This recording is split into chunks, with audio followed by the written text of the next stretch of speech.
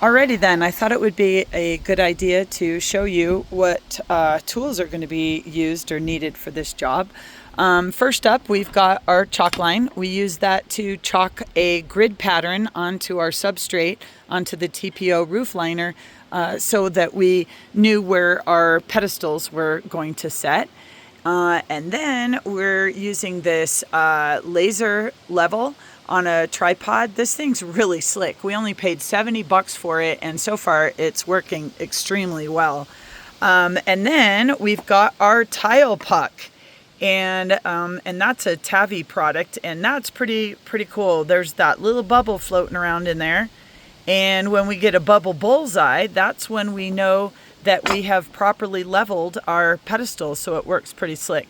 This is a neat little tool that helps us adjust the height of those pedestals really efficiently and quickly. And of course, we've got an old school tape measure. Hopefully that doesn't need any explanation. A speed square, that's helping us out in several different areas. This is the little guy that we use to pop the spacer tabs off of the spacers. And then the angle grinder. The angle grinder, we use that to cut the base of the pedestal off, the ones that go up against the parapet.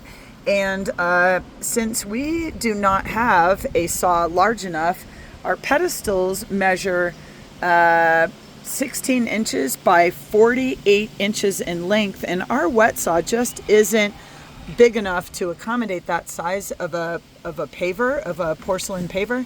So we're going to use our angle grinder with a water bottle, so that we'll be cutting those wet.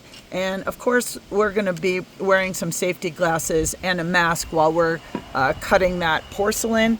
And then we have our little bubble level, and I found that really helpful to look at when we're at a seam, to make sure that those little pavers where they come together are nice and flat.